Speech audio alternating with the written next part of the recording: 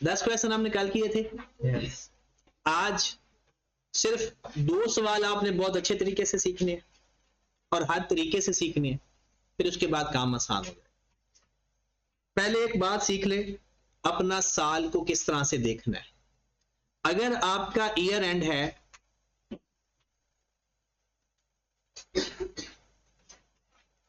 31 दिसंबर 2025, तो पता है ये पूरा साल कैसे होगा? 1/1/25 से दिसंबर 25। अगर आपका ईयर एंड 31 दिसंबर 25 है तो ये पूरा साल क्या होगा? 1/1/25 से दिसंबर 25। अगर आपका ईयर एंड है 30 जून 25, अगर आपका ईयर एंड है 30 जून 25, तो ये पूरा साल होगा 1/7/24 से जून 25। ये पूरा साल होगा। एक इसकी टेक्निक, जल्दी क्विक टेक्निक क्या होती है? आपका ईयर एंड क्या है? जून। yes. मैंने ले लिया 1 जुलाई, ठीक है, जून, और मैंने कौन सी डेट ली? 1 जुलाई।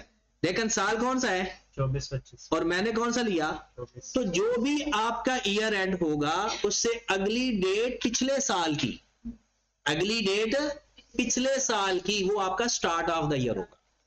और एंड तो बताया होता है क्वेश्चन के अंदर, हमें स्टार्ट की डेट चाहिए होती है। 12 महीने पूरे करने हैं आपने, तो जो स्टार्ट ऑफ द ईयर का डेट होगी वो कौन सी होगी? अगले महीने की पहली डेट, बट साल कौन सा होगा? पिछला। अगर बात करें हम कि ईयर एंड हमारा है 30 सितंबर 2025, 30 सितंबर 2025, तो ये पूरा साल कैसे बनेगा? 1 अक्टूबर 24 से 30 सितंबर 25। अगर आपका ईयर है ईयर एंड 30 नवंबर 25, ये आपका ईयर एंड है, तो आपका पूरा साल कैसे बनेगा? 1/12/24 से 30 नवंबर 25। अगर आपका ईयर एंड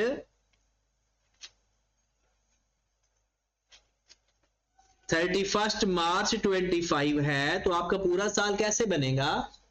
1 अप्रैल 24 से 31 मार्च 25। ये सारी कहानी समझ लगी? yes.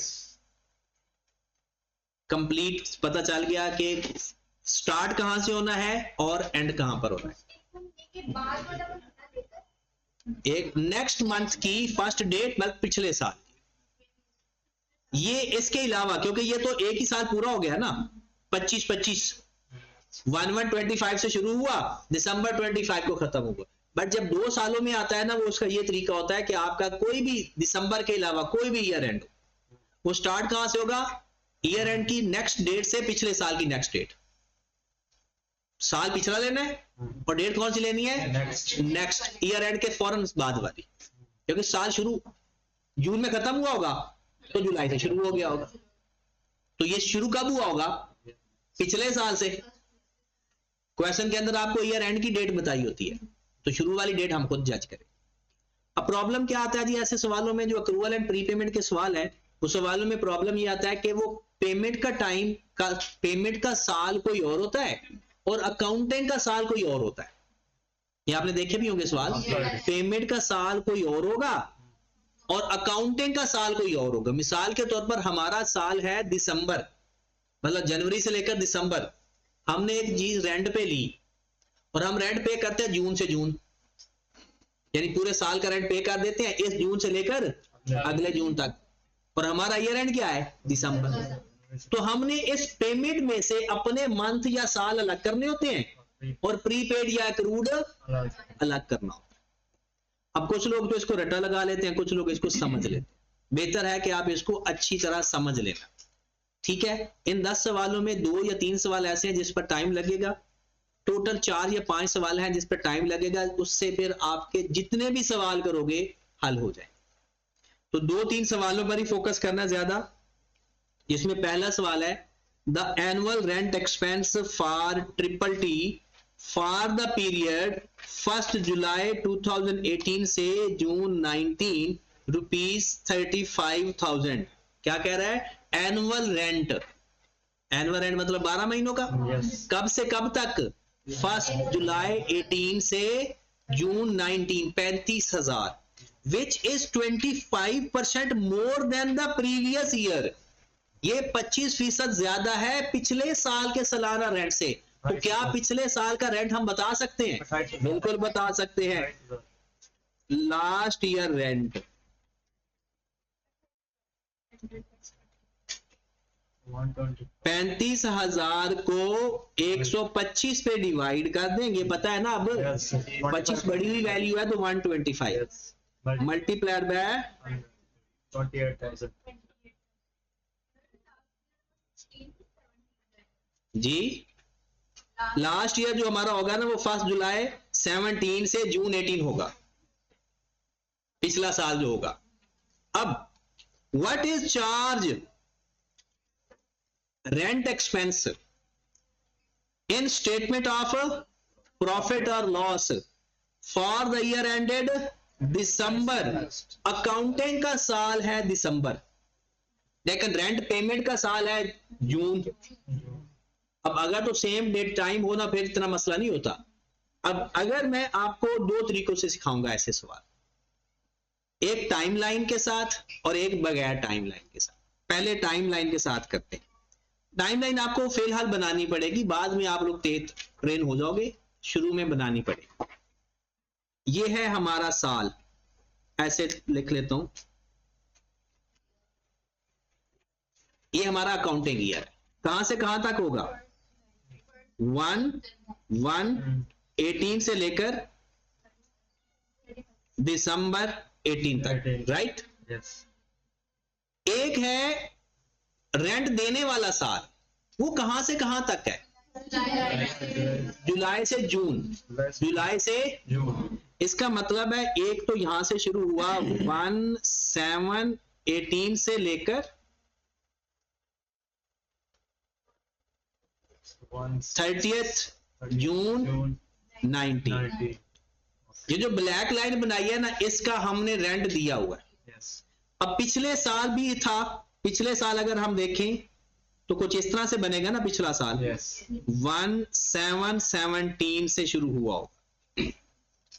अब इस साल रेंट है 35,000 पूरे साल का, पिछले साल रेंट था 28,000। पहले तो ये समझिए ये लेजर भी इसी से ही बन जाता है। मैं लेजर भी सिखाऊंगा और टाइमलाइन के साथ भी सिखाऊंगा। ये जरा ज्यादा ये ग्राफिक आप लोगों को जरूरत नहीं है, आप एक लाइन से भी काम चला सकते हो। ये तो सिखाने के लिए ना पहला सवाल है अभी। अब आपका ये वाला 35,000 है, इस 35,000 के अंदर कुछ हमारे अकाउंटिंग के महीने आ रहे हैं Yes. और कुछ एडवांस आ रहे हैं। ये पे कर चुके हैं ना, Even. 35,000 पूरा पे किया है। जो हमारे साल वाले रेड वाला हिस्सा आ रहा है ये हमारा एक्सपेंस बन गया, और जो अभी पे तो पूरा हुआ है, जो फ्यूचर में पे हुआ है खाली जगह जो आ रही है ये प्रीपेड आ गया इस साल का। अब इस 28,000 में भी देखें, 28,000 में यहां पर 14,000 होगा और यहां का 14,000 होगा, ऐसा ही होगा ना। जो 28,000 है, पिछले साल रेंट का हिसाब था 28,000, पिछले साल 14,000 उसके अपने साल में आया होगा और 14,000 उसने प्रीपेड किया होगा। सॉरी, इक्वल अमाउंट कैसे आ रही मतलब? देखें हाफ क्यों कर रहे? 6 महीने कर रहे हैं, 7 बन रहे हैं, 1/7 से दिसंबर तक 6 महीने। 6 महीने बन रहे हैं। अब अगर मैं 35,000 को अलग अलग करूं तो 17,501 Yes. और 17,500 अभी जो मैंने पेमेंट किया उसको भी मैंने अलग अलग कर दिया। अच्छा, इसमें एक बात का ख्याल रखना है कि पिछले साल था भी सही या नहीं। कभी कभी होता है सिर्फ इस साल का होता है तो सिर्फ इस साल को देखना होता है। इससे हमें यहां से कैसे पता चला? उसने खुद कहा कि पिछले साल से हमारा 25% बढ़ गया, इसका मतलब है पिछले साल भी ये मसला था। अब हमारे पास अगर मैं आपसे पूछूं हमारा रेंट एक्सपेंस कितना बनता है 2018 का, तो जैसी अकाउंटिंग का 14,000 एक बन रहा है और 17,500 ये पे जब मर्जी हुआ है, बट अगर हमारे साल का है ये हमारे साल का। तो अगर आपसे वो पूछता है ना रेंट एक्सपेंस बताओ, तो बता दिया हमने 14,000 और 17,500, 14,000 और 17,000। तो अगर हम रेंट एक्सपेंस की बात करें जो एसओपीएल में जाना है 31,000। अगर आपसे कोई 2018 का प्रीपेड पूछे कितना प्रीपेड है 17,500। अगर कोई पिछले साल का प्रीपेड पूछे कौन सा 14,000 है, ये येलो वाला या जो पीछे पड़ा हुआ है? येलो वाला। ये पे पिछले साल हुआ था, अक्कड़ इस साल हुआ है। ये जो 14 ये पे किस डेट को हुआ होगा? डेट के ऊपर ही लिख लेते हैं, ये पेमेंट की डेट ना, पेमेंट की ये पेमेंट डेट के ऊपर लिख लेते हैं। ये पेमेंट हुई है यहां पर 28,000 और यहां पर 35, उस डेट के ऊपर ही लिख लेते हैं। ठीक है। अब सवाल का जवाब तो पेपर में हमेशा यही पूछता है। अगर मैं आपसे ये पूछूं कि मुझे 2018 का पेड बताएं, 2018 का पेड बताएं, 2018 का पेड, 2018 का पेड 35,000। दो अकाउंटिंग ईयर के अंदर पेमेंट सिर्फ 35,000 की हुई है टोटल पेड, ये वाला। अब सवालों के जवाब हमने बगैर लेजर के बनाकर दे दिए। 35,000 कब पे किया था? 1/7/18 को। तो हमारे अकाउंटिंग ईयर के साथ अंदर वही पे हुआ है ना। ये जो 28,000 पे हुआ है ये कब पे हुआ था? 1/7/18 को। तो ये पे पिछले साल हो गया था। हमारा साल ना रेड वाला लाइन है, एनुअल रेंट पेड, और यहां पर रेंट एक्सपेंसेस पेड ऑन 1 जुलाई। हर दफा कब पे होता है? 1 जुलाई को। एक पे होगा हुआ होगा 1 जुलाई 17 को, वो हमारा साल नहीं है। एक पे हुआ होगा 1 जुलाई 18 को, वो तो हमारा साल है ना। सर हमने क्वेश्चन पूछा था 2018 में कितने पेड है, उस हिसाब से तो 31,500 वो एक्सपेंस बनता है, पेड नहीं है। दो लफ्ज होते हैं, एक होता है एक्सपेंस कितना बनता है, एक है पेमेंट कितनी हुई है। ठीक है। अब आ जाते हैं लेजर्स पे। लेजर्स का तरीका थोड़ा सा डिफरेंट होगा, बट वो भी उसके लिए भी मैं आपको ये सजेस्ट करूंगा कि आप टाइमलाइन बना लिया। ठीक है। अब देखें आपके पास अगर हमने लेजर बनाना है ना, ये प्रीपेड का बनेगा या एक्रूड का बनेगा? दोनों का प्रीपेड का बनेगा। दोनों तो नहीं है, एक्रूड तो है ही नहीं इसमें। इसमें चीजें होती हैं मेरे भाई 4। ठीक है। आप लोगों ने ना 3 चीजें खुद निकालनी होती हैं और निकालने का तरीका सिखा देता हूं, डायरेक्ट करने का तरीका। सबसे पहले आपने देखना है लास्ट पेमेंट को, last payment in accounting year. हमारा जो अकाउंटिंग का साल होगा उसकी लास्ट पेमेंट देखनी है। क्या देखना है? लास्ट पेमेंट, वो साल के अंदर आखिरी पेमेंट।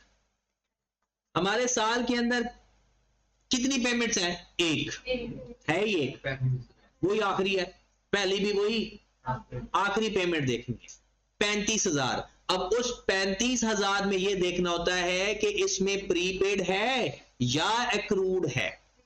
प्रीपेड कैसे पता चलेगा कि 35,000 अगले 12 महीनों का है, 35,000 अगले 12 महीनों का है, तो इसका मतलब है एडवांस है कुछ। और अगर वो कहता है ना कि मैंने पे किया है इन एरियर, अगर एरियर में पे होगा तो इसका मतलब होता है एक्रूड है।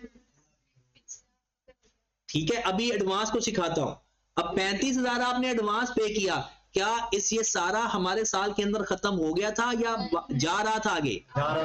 कितना आगे जा रहा था? 6 महीने आगे जा रहे थे। तो याद रखें, आखिरी पेमेंट में ये देखना है इसमें एडवांस कितना है।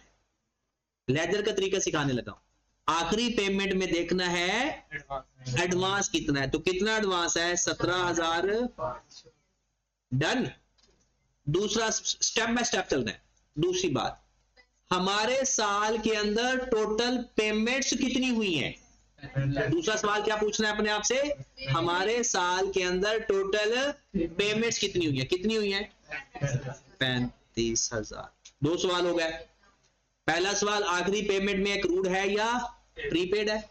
दूसरा सवाल, टोटल पेमेंट्स कितनी हुई है? तीसरा सवाल, पिछले साल की लास्ट पेमेंट में एडवांस या एक्रूड कितना था? पिछले साल की पेमेंट के अंदर, लास्ट पेमेंट के अंदर, अब वो उतना ही होगा, टाइम उतना ही होगा जितना इस साल का टाइम था। अमाउंट चेंज हो सकती है, टाइम चेंज। तो इस 28,000 के अंदर लास्ट पेमेंट 28,000 होगी ना? उसके अंदर कितना एडवांस हुआ होगा? 6 महीनों का। 3 बातें मिल गई। अब चौथा क्या होगा? अब अगला नहीं सोचना, अब सिंपल इसको बैलेंस करना है और जो डिफरेंस आएगा वो लिख दे। अब इसका टोटल कितना आएगा? 49,000। इधर भी कितना लिखेंगे? 49,000। और जो डिफरेंस आएगा 31,000। अब अगर आपसे कोई पूछे, लेजर की बातें बताने लगा हूं, अब ये जागते रहना है, बहुत इंपॉर्टेंट चीजें और सारी जिंदगी काम आती है। इनके मतलब बताने लगा हूं। ये लेजर आपने किस साल का बनाया था? 2018 का। इसका मतलब सुने, 2018 की पेमेंट्स, 2018 की कैश क्रेडिट हो रहा है ये। 2018 का रेंट एक्सपेंस। एसपीएल का क्या मतलब है? उस साल का एक्सपेंस कितना है। कैरीड ऑन का मतलब होता है या ये एसेट है या ये लायबिलिटी है। कैरीड ऑन का क्या मतलब होगा? या ये एसेट है या ये, तो ये तो प्रीपेड है, तो एसेट हुआ लायबिलिटी? एसेट हुआ। ये जाएगा SOFP के अंदर, ये जाएगा SOCL के अंदर, ये जाएगा कैश बुक के अंदर। और ये 14,000 का मतलब क्या है? पिछले साल का अब्रॉड। 14,000 का क्या मतलब है? पिछले साल का। लो मेरे भाई, ये आपको हमने एक सवाल अभी सीखा है, इसको डिफरेंट वेज के साथ, ताकि इसकी हर बात हमें समझ लगे, कॉन्सेप्ट भी, रट्टा भी, और हमारा सवाल तो हो जाएगा। चीजों की जब पहचान होना शुरू हो जाए ना, कभी कभी वो आपको एक्सपेंस दे देगा कि एक्सपेंस इतना है, बताओ पेमेंट कितनी है, तो एसपीएल की वैल्यू लिख देंगे, पेमेंट फाइंड कर लेंगे।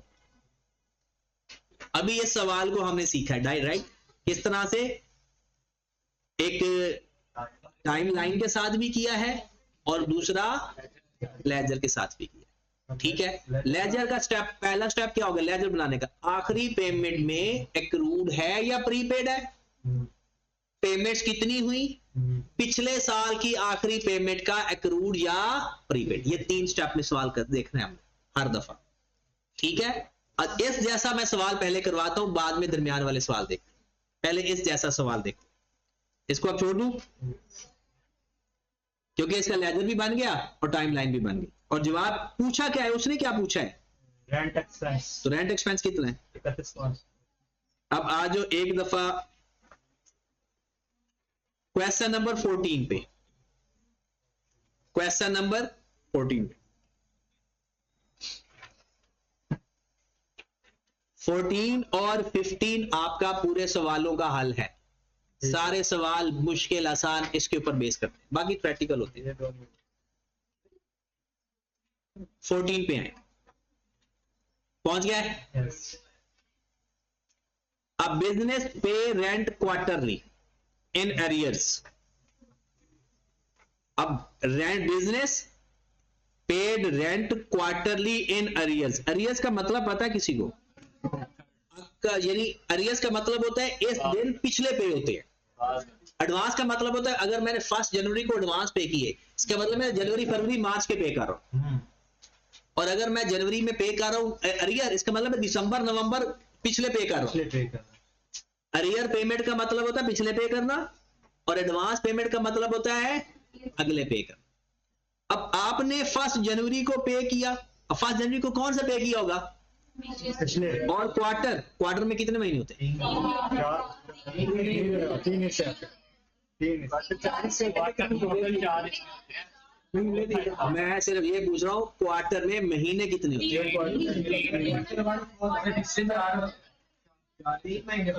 मैं महीने पूछ रहा हूँ, आप इससे बता रहे हो। तो वैसे बताओ ना भाई 3 महीने हैं, 3 महीने होते हैं। अगर किसी के क्वार्टर में 4 महीने आना तो फिर उनका साल 16 महीनों का होगा। जिनका साल 12 महीनों का है ना, वो 12 को 4 पे डिवाइड करेंगे, 4 हिस्से करेंगे, तो कितने हिस्से में आते हैं? 3 महीने। अब सुनिएगा, वो कोई सो ना जाए। 1 जनवरी को आपने जो पेमेंट किया है अरियर्स वाली, इसका मतलब क्या है? आपने दिसंबर, नवंबर, अक्टूबर की पेमेंट की है। 3 महीने गुजरे, फिर आपने पेमेंट की, कैसे थे accrued expense? एक्रूड एक्सपेंस है। अब एडवांस पेमेंट अगर कहता है 1 जनवरी को एडवांस पेमेंट की है, पता फिर कौन कौन से महीने की पेमेंट की है? जनवरी, फरवरी, मार्च। डन। ठीक है, हम दोनों से मैं आपको करवाऊं, पेपर में आपको जो समझ लग जाएगा सही वाला वो कर देना, ठीक है। अब वो कहता है आपके जो महीने पेमेंट वाले हैं वो आपने जनवरी को पे करते हो, अप्रैल, जुलाई और 1 अक्टूबर को हर साल। हर साल का मतलब है ये चलते रहे हैं, पीछे भी चल रहा है और आगे भी चल रहा है। The rent was increased from 150,000 per year to 180,000 from 1 October 2007। पहले 1.5 लाख के हिसाब से रेंट था, अब 1,80,000 रेंट हो गया। पिछला भी सवाल करके आ रहे हैं, पहले 28,000 था, बाकी 35,000 हुआ था। किया था ना। आगे बढ़ते हैं। कहता है बताओ रेंट एक्सपेंस कितना है साल का और एक्रूअल कितना है, जो कि फाइनेंशियल स्टेटमेंट। एक्रूअल का मतलब क्या होगा? एक्रूअल का मतलब है जो अभी तक पे नहीं किया, अक्कर हो गया है, पे नहीं हुआ। हमारा साल कब का है? जालिम साल है 31 जनवरी 2008। हम ना अपने साल को समझते हैं शायद दिसंबर ही होता है, नहीं। अब पहले तो अपना साल बनाते हैं। अच्छा, पीआरसी लेवल पे तो आपने ये साल लाजमी बनाया करना पेपर में ना, चाहे 2 लाइनें ना बना, 1 लाइन बना लो, ये साल आपका बन गया, ठीक है। अब साल शुरू कहां से हो रहा है पता है आपका? आपका 1 फेब से शुरू हो रहा है, 1 फेब 2017 से। 17 चलो 8 और 1 ही बात है। और एंड कब हो रहा है? 31 जनवरी 2008 या 18। चलो 1 को 0 नहीं नजर आ, चलो ये लो। मैं तो इसलिए 2017-18 लिखा कि आपको समझ होगी। इस टाइम पर तो आप उआ उआ करते होंगे, पानी को मम कहते होंगे, इसलिए मैंने कहा कि आपको शायद वो टाइम की समझ ना हो, तब आप कहेंगे हम छोटे थे। अब ये काम हो गया। अब ये तो था आपका साल। अब लिखो पेमेंट, पेमेंट की डेट, अपने साल के ऊपर पेमेंट की डेट। एक पेमेंट है, नहीं पेमेंट की डेट लिखनी है 1 जनवरी। 1 जनवरी तो नहीं, 1 अप्रैल लिखेंगे। 1 जनवरी, फरवरी से शुरू हो रहा है तो जनवरी कैसे लिखूं मैं? फरवरी से साल मेरा शुरू हो रहा है, 1 फेब से साल शुरू हुआ, तो मैं 1 फेब के बाद जनवरी कहां लिखूं? चलो लिख देता हूं, इधर आ जाओ, ले 117 147, ठीक है। अगली डेट जुलाई वाली है 177, अगली डेट 110-7, अगली डेट 118, उससे अगली डेट फिर आगे जाएंगे, ठीक है ना। अपने साल के बाहर आने वाली डेट नहीं लिखते होते, आखिरी डेट ना लिखना, शुरू वाली चाहे लिख सकते हो, आखिरी डेट ना लिखना। सवाल ये टेक्निक होती है ताकि गलती के चांसेस कम से कम। अच्छा, क्वार्टरली पेमेंट करते हो ना, जी। तो आपका सालाना रेंट है 1.5 लाख पहले था, 1,80,000 बाद में हो गया, तो क्वार्टर में कितना बनता है? एक क्वार्टर का कितना रेंट बन रहा है? 4 पे डिवाइड करेंगे, पहले कितना बन रहा था, बाद में कितना बन रहा है? पहले बन रहा है 12.5। क्वार्टरली रेंट बताएं जरा। और ये रेंट तो एनुअल है ना, ये तो पूरे साल का है। पहले 37,500 पहले से, पहले का क्वार्टरली 37,500 इसका 12.5 और इसका 45। अब जो पेमेंट जहां जहां हुई है ना, और जितनी जितनी हुई है वो लिखो। आपकी यहां पर कितनी पेमेंट हुई होगी पिछले साल? पिछले साल कितनी पेमेंट हुई होगी? 37,500। यस।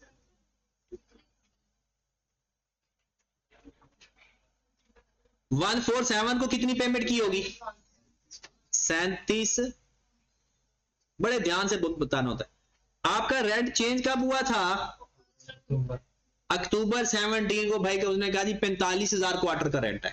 पहले कितना होता था? 37,500। अब आगे बढ़ते हैं। 177 को कितना रेंट पे किया होगा? अब आओ जरा इंटरेस्टिंग बात, 110.7 को रेंट हमारा चेंज हो गया। ये जिस दिन चेंज हो गया, ये बहुत इंपॉर्टेंट डेट होती है, देखना, क्योंकि आपने लगाना है रट्टा, और रट्टे से काम खराब हो जाए। समझ गए? हम रेंट अरियर पे कर रहे हैं, एडवांस पे कर रहे हैं? अरियर पे कर रहे हैं, राइट? अक्कर होते हैं फिर पे करते हैं। 110.7 को रेंट चेंज हो गया 45,000 पर क्वार्टर के हिसाब से। अब मैंने पे कितना करना, 45,000 या 37,500? क्योंकि मैंने तो पिछले अभी पे करने हैं, और रेंट चेंज हुआ है तो अगले का चेंज हुआ है ना। अब अगर सपोज 110 को रेंट चेंज हुआ, तो मुझे कहता जी मैं रेंट देने गया 45,000, 37,500, वो कहता जी 45,000 दो। मैंने कहा मैं तो रेंट दे रहा हूँ पिछले पुरानों का, आपका रेंट अक्टूबर में चेंज हो रहा है, तो मैं अक्टूबर में 45,000 दूंगा, अक्टूबर का, नवंबर का, दिसंबर का, तो वो तो मैं दूंगा जनवरी को। तो यहां पर मैंने कितना रेंट पे करना है? 37,500। और 118 को कितना पे करूंगा? 45। ठीक है। अब मैंने लेजर पे चले पहले, डायरेक्ट लेजर से काम, वैसे लेजर से भी फिर बाद में वो अलग अलग भी करवा देता हूं। लेजर बनाने लगा हूं। प्रीपेड का बनेगा, अक्रूड का बनेगा? Accrued expense. ब्रॉड ऑन लिखने का तरीका, broad on, carried on, cash, SP. पहला स्टेप ईमान बताएगी। पहला स्टेप क्या था? नहीं नहीं नहीं नहीं नहीं नहीं नहीं, सवाल के आखिरी पेमेंट, आखिरी अपने साल की आखिरी पेमेंट में देखना है। आखिरी पेमेंट है ये 45,000। अब 45,000 आखिरी पेमेंट है। क्या इसके बाद कोई हमारा साल है इसमें ये पिछले पे हुए हैं या अगले? पिछले पे हो चुके हैं। और आपके पास ये हिस्सा वो है जिसको मैंने छोटा सा स्टार बनाया है। क्या इसकी भी पेमेंट हमारे साल के अंदर हो चुकी है? अक्रूड है ना, इसका मतलब ये का तो हो चुका है। इसका मतलब है 45,000 की पेमेंट के अंदर पिछली सारी पेड शामिल है, अगला कोई भी शामिल। 118 को आखिरी पेमेंट हो चुकी थी। 118 के बाद 31 जनवरी 2008 को हमारा साल खत्म हुआ। कितना टाइम बनता है? 1 महीना अक्कर हो चुका है। क्या 1 महीने की पेमेंट भी हो चुकी है? 1 महीने की पेमेंट, ये पेमेंट होनी है अपने क्वार्टरली सीक्वेंस के हिसाब से। इसका मतलब है 1 महीने का अक्रूड है। आखिरी महीना याद रखें, दोबारा सुन लें, जब भी आप लोगों ने ये देखना है ना अक्रूड है, तो अक्रूड वो होगा जो आखिरी पेमेंट के बाद टाइम बच जाएगा हमारे साल का। आखिरी पेमेंट में जो हमारा साल बच जाएगा वो अक्कर है बट पेड नहीं है। और एडवांस होता, अगर एडवांस हमारे साल का होता है या अगले साल का होता है? एडवांस के लिए अगला टाइम देखते हैं अगले साल का, और अक्रूड के लिए अपना टाइम देखते हैं। एडवांस के लिए एडवांस का मतलब ही अगला साल है, और अक्रूड के लिए कौन सा टाइम देखते हैं? अपना। आखिरी पेमेंट के बाद अपना टाइम कितना रहता है? एक महीना। एक महीना। इसका मतलब एक महीने का रेंट हमारा अक्कर हो गया है, लेकिन पे क्योंकि पेमेंट होनी है क्वार्टरली के हिसाब से, तो एक महीने का रेंट बता दे कितना है? 15,000। तो पता चला ये 15,000 कैसे आए? ये जो 45,000 है ये 3 महीनों का है, तो एक महीने का कितना हुआ? 15,000। और वैसे भी 1,80,000 को 12 पे डिवाइड कर लो, चाहे 15,000 ही आएगा। यस। तो आपका कैरी ऑन कितना आ गया? 15,000। अब आओ जरा वापस चलते हैं। पिछले साल 37,500, पिछले साल ये कितने क्वार्टरली रेंट कितना होता था? तो पिछले साल भी एक महीने का क्रूड होगा। जब एक सीक्वेंस चलता है ना, तो पिछले साल भी यही स्टेटस होता है, अगले साल भी यही स्टेटस होता है। ये जो 117 को पेमेंट हुई होगी, ये कौन सी हुई होगी? पिछली पुरानी, यस, पुराने। उसका भी अपने साल का एक रह गया होगा, जो पे आगे होगा 14 को हुआ होगा। तो 37,500 में एक महीने का क्रूड होगा। इस 45,000 के बाद भी एक महीना होगा और 37,500 के बाद भी एक महीना होगा। अब खुद देख लेना, हमारा साल यहां से शुरू हो रहा है, इसके दरमियान में कितना टाइम आ रहा है? एक महीना। तो पिछले साल एक लायबिलिटी बनी होगी एक महीने की, बट वो 45,000 के हिसाब से नहीं होगी, वो 37,500 के हिसाब से होगी। तो 37,500 के 3 पे डिवाइड करना 12,000। हमने आखिरी पेमेंट में अपना क्रूड डिफाइन किया, पिछली पेमेंट से पिछला क्रूड डिफाइन किया, और उसके बाद देखो कि आपके पास अपने साल के अंदर पेमेंट्स कितनी आ रही। ये जो रेड लाइन के ऊपर जितनी भी पेमेंट्स आएंगी ना हमारे साल के ऊपर, वो सारी पेमेंट्स हैं, चाहे क्रूड है चाहे प्रीपेड है, सबको प्लस कर लो। 37,500, 37,500, 37 और 45,000। क्या ये जो मैं सर्कल में लिखी हुई है ये हमारे साल की पेमेंट है? ये हमारे साल की पेमेंट नहीं है, पिछले साल। ये हमारा साल यहां से शुरू हो रहा है, तब से। ये है हमारा साल। तो हमारे साल के अंदर जो पेमेंट्स आ रही हैं ना उसको प्लस कर लो। 157500 क्लोज करेंगे तो क्या फाइंड हो जाएगा? एसपीएल। करो जरा। 172500। 172500। अब ये क्या चीज है? एक्सपेंस, पेमेंट, लायबिलिटी इस साल की, और 12,500 पिछले साल की लायबिलिटी। अब अगर आपसे कोई सवाल पूछे कि जनाब एसपीएल में क्या आ जाएगा? 1,72500। आपसे कोई पूछे इस साल पेमेंट कितनी हुई? 1,57,500। आपसे कोई पूछे क्रूड एक्सपेंस कितना है? 15,000।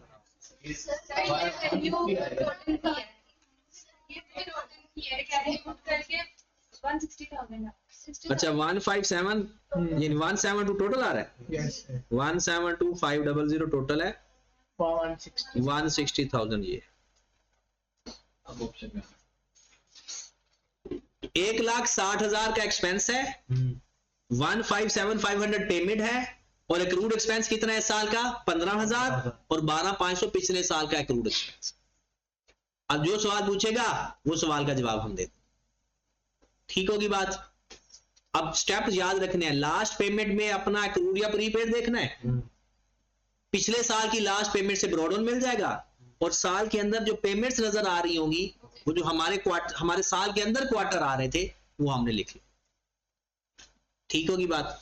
अब अगले साल पे चलते हैं। अगर सिंपल टाइमलाइन से हम करते हैं ना वो इससे भी ज्यादा आसान हो जाता है। उसमें आपने ये देखना होता है 110 तक रेंट कोई और बनता है। यस।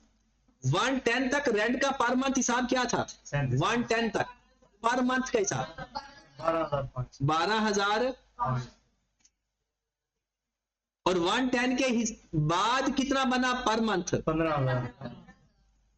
15,000। अब देखिए 110 से पिछले पहले आपके कितने महीने बनते हैं आपके साल के? 110 तक, 110 तक शुरू कब से हुआ? 1 फेब से। 1 फेब से 110 तक 8 मल्टीप्लाइड बाय 8 मल्टीप्लाइड बाय 4, नहीं ये पर मंथ ही किया हुआ। तो ये आपके पास टोटल इसको मल्टीप्लाई करके ये भी 1,60,000 ही बने। ऊपर 1 लाख बन गया। और नीचे 60।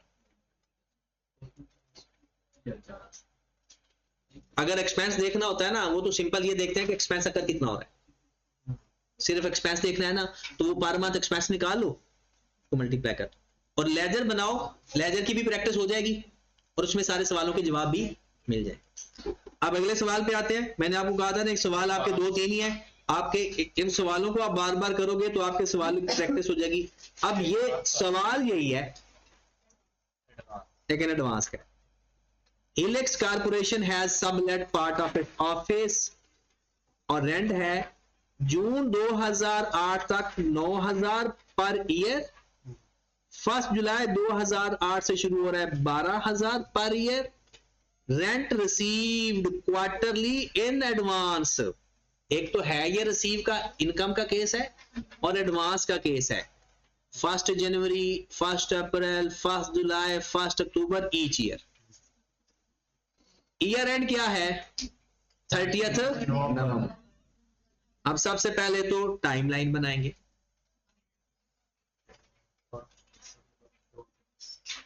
अब तसल्ली से, क्योंकि ये बार बार रिपीट होना शुरू हो जाएंगे ना, तो ऐसा सवाल एक पेपर में आता भी होता है। पहले अपना साल लिखते हैं। 1 दिसंबर। कहां से शुरू हो रहा है? 1 दिसंबर 2007। 1 दिसंबर 2007। 1/12/2007 से कब तक? 30th नवंबर 2008। अब इसके अंदर आपने लाइनें लगा लो पेमेंट्स। आपके क्वार्टर कौन कौन से आ रहे हैं?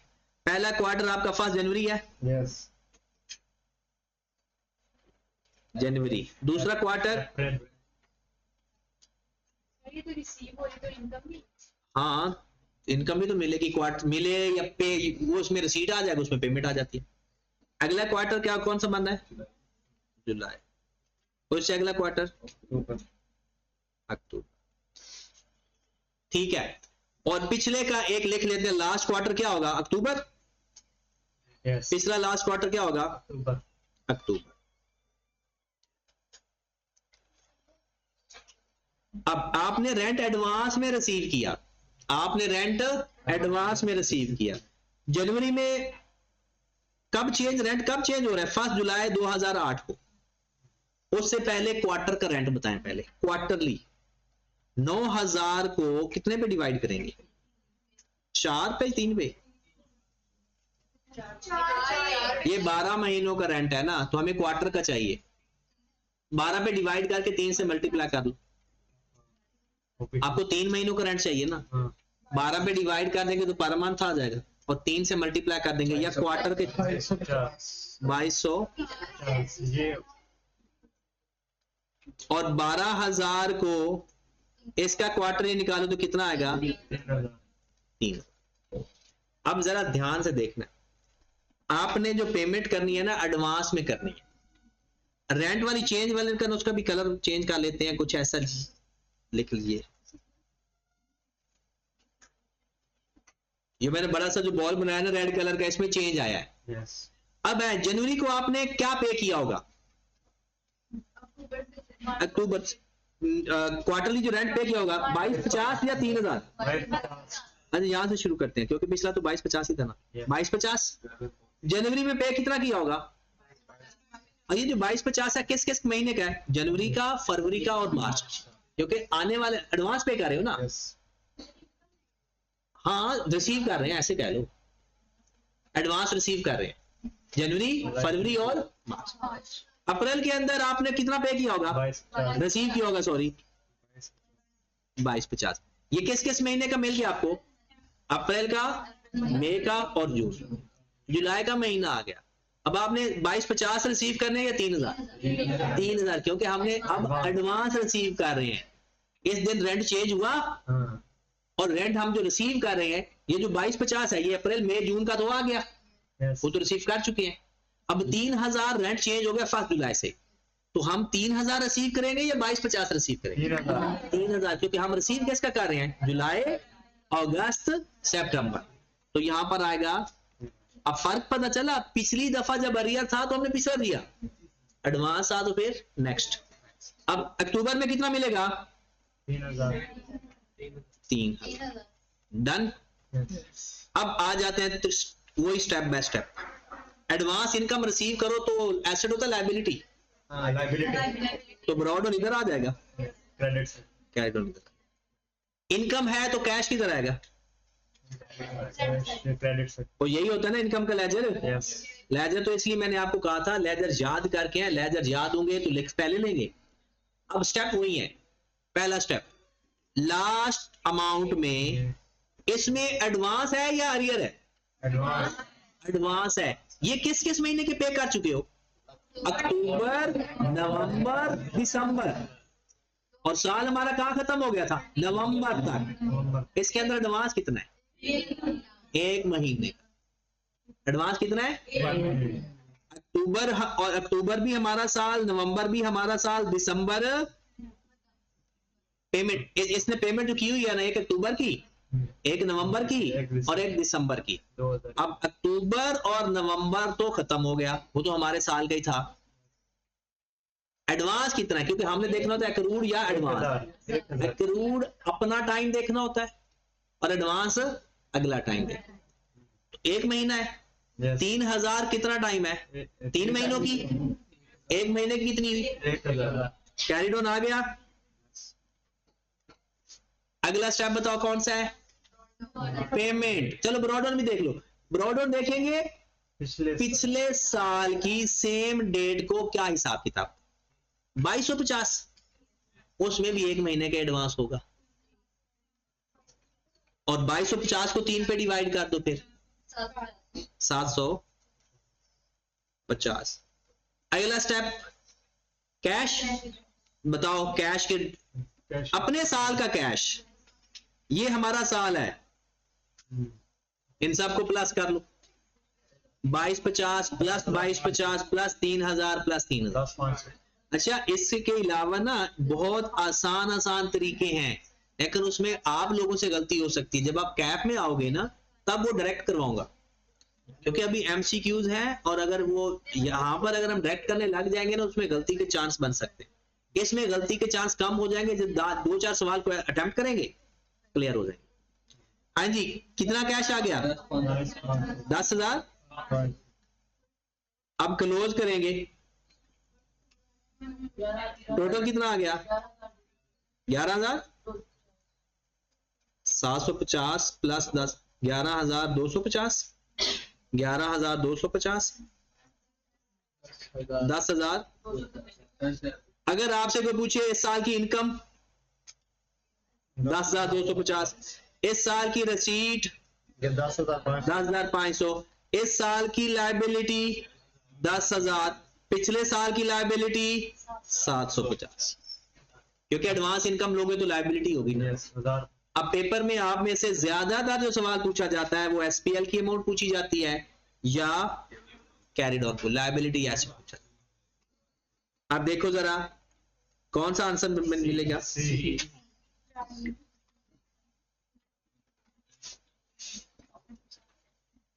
जो ग्रेडिंग है उसका नेट ग्रॉस ये आपने जो नेट पे आया था वो 2 तरीके होते हैं। अगर आपने यहाँ पर लेना है ना नेट, तो फिर आपने उसका बैड डेट्स का, उनका प्रोविजन का डिफरेंस नहीं लेना। बात तो वो ले लेंगे। अगर तुझे डिफरेंस लेना है ना इनकम एक्सपेंस के अंदर, फिर यहाँ ग्रॉस लेना, तो बेहतर होता है यहाँ ग्रॉस करके ना उसका डिफरेंस एक्सपेंस में एडजस्ट कर। दूसरे तरीके से। हाँ जी, अब दूसरा तरीका देखें कोई देर।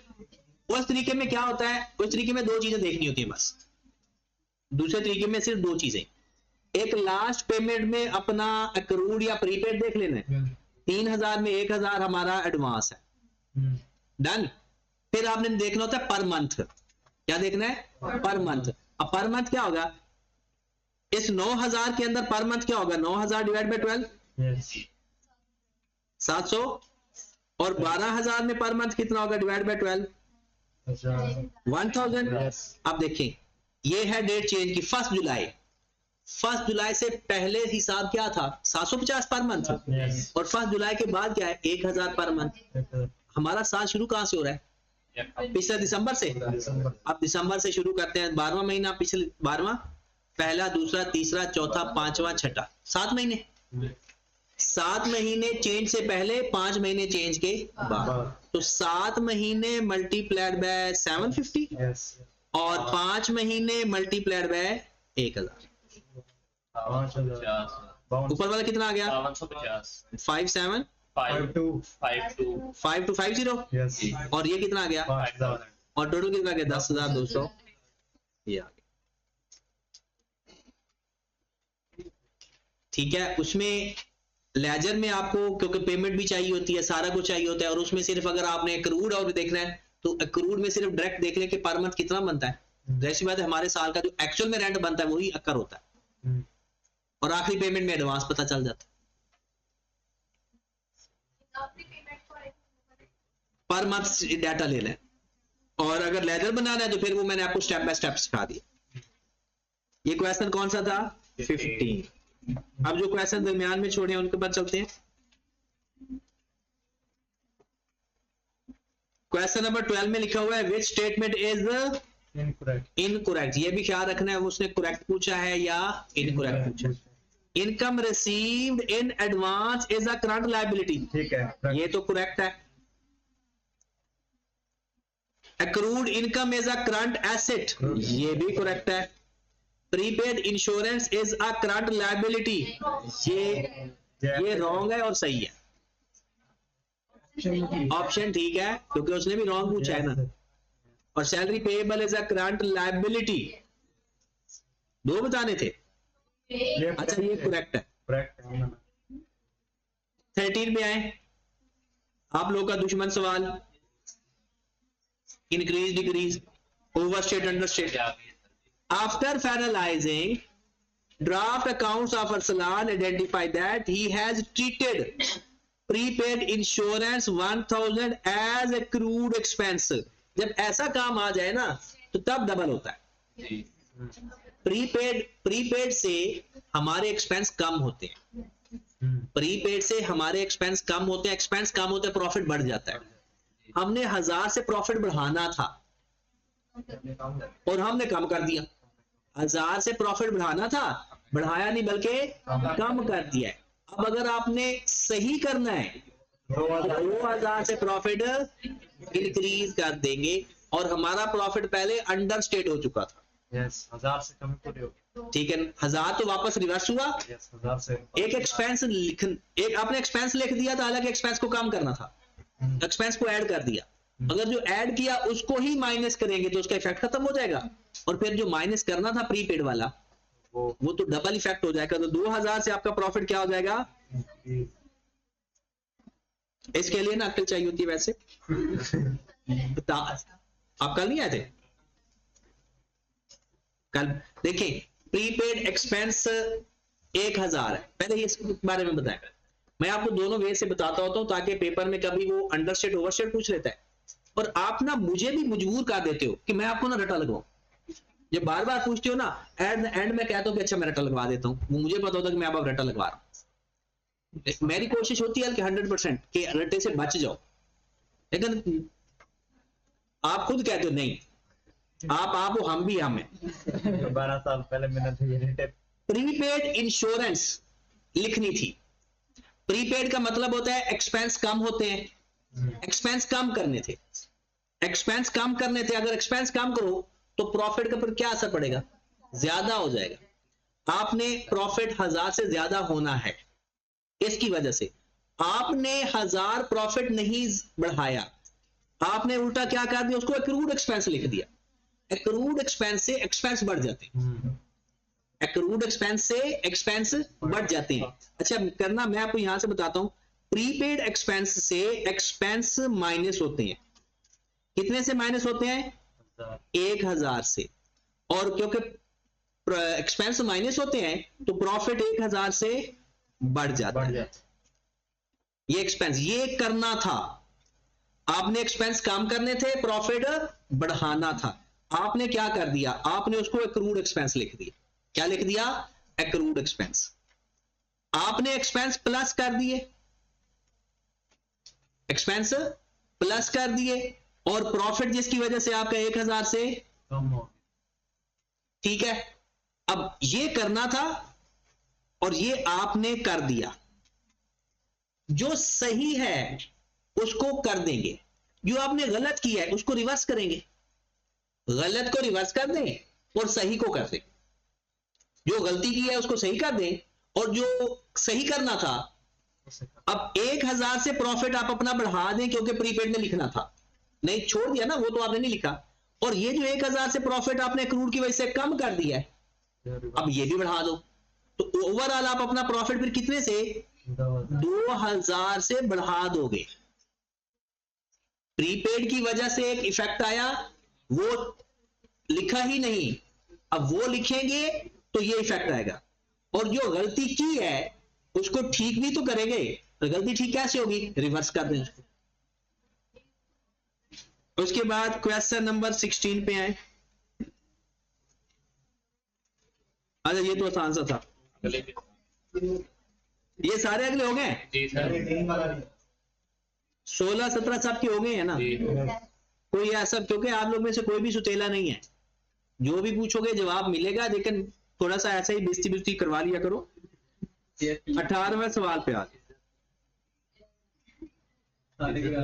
18 सवाल हमने तो किए ही नहीं है। और ये करने रजिस्टर भी है, बुक पे नहीं, बुक पे सिर्फ वो थ्योरेटिकल सवाल, बल्कि उसका भी जवाब लिख दिया करो ऑप्शन, ताकि प्रूफ मिले। अब business had deposited 5 lakh into a fixed deposit. कब? 1 मई को आपने 5 लाख जमा करवा कर आ रहे हो, जिस पर आपको क्वार्टरली इंटरेस्ट मिलना है। Interest is accrued quarterly on 31 March, 30 June, 30 September, 31 December. Interest will be paid on maturity. Interest paid only on monthly. Interest कितना मिल रहा है आपको? 3000। What amount of interest receivable? What amount of interest receivable should be shown in statement of financial position? कब? दिसंबर 2018। अब देखिए, interest हमेशा accrued होता है, कभी भी प्रीपेड नहीं होता। इंटरेस्ट हमेशा एक्रूड होता है। आपका साल का ईयर एंड क्या है? दिसंबर 2018। ठीक है। आखिरी टाइम देखें, आखिरी वो कहता है अक्रूड क्वार्टरली। 31 मार्च को आपने डिपॉजिट का पैसे करवाए थे? 1 मई 2018। ठीक है। अब आपको पहला इंटरेस्ट कब मिला? 31 मार्च। दूसरा 3 जून। तीसरा सितंबर। और लास्ट अक्कर होता है। ठीक, ये अक्कर होता है। और इंटरेस्ट आपको मिलना कब है? जब आपने सारे, कहते हैं interest will be paid only on maturity. का मतलब है जिस दिन आपने पैसे सारे निकलवाने हैं ना, इंटरेस्ट भी तभी मिलेगा। इसका मतलब है दिसंबर तक आपको कुछ भी नहीं मिला, पैसे तो निकलवाए ही नहीं, कहीं लिखा हुआ पैसे निकलवाए हैं। तो आपने पैसे जमा किस दिन करवाए थे? मई को, 5वें महीने। 5वें से लेकर दिसंबर तक आपको 0 रुपया इंटरेस्ट मिला है अभी तक। अक्कर तो हो चुका है, बट मिला तो सारे का सारे रिसीवेबल है। तो 5 लाख का, बल्कि 3000 उसने बताया हुआ है मंथली है। 3000 इंटरेस्ट, 3000 मंथली है तो कितने महीने बनते हैं? 8 महीने। 24। अक्कर तो हो चुका है। ये जो ऊपर उसने क्वार्टर बताया ना, वो ड्रामा ही था। अगर वो कहता ना हर क्वार्टर में मिल रहे हैं पैसे, तो फिर तो हमारा 0 होता, क्योंकि 31 दिसंबर को आखिरी इंटरेस्ट मिल चुका होता। अगर वो कहता ना हर क्वार्टर में मिल जाता है इंटरेस्ट, तो 31 दिसंबर आखिरी क्वार्टर था, वो मिल चुका होता। ठीक है। तो उसने कहा है कि मिलने कब है इंटरेस्ट? मैच्योरिटी पर। मैच्योरिटी का मतलब होता है जब आखिरी टाइम आएगा पैसे निकलवाने का। Current asset. उसके बाद और सवाल बताएं। 20वां।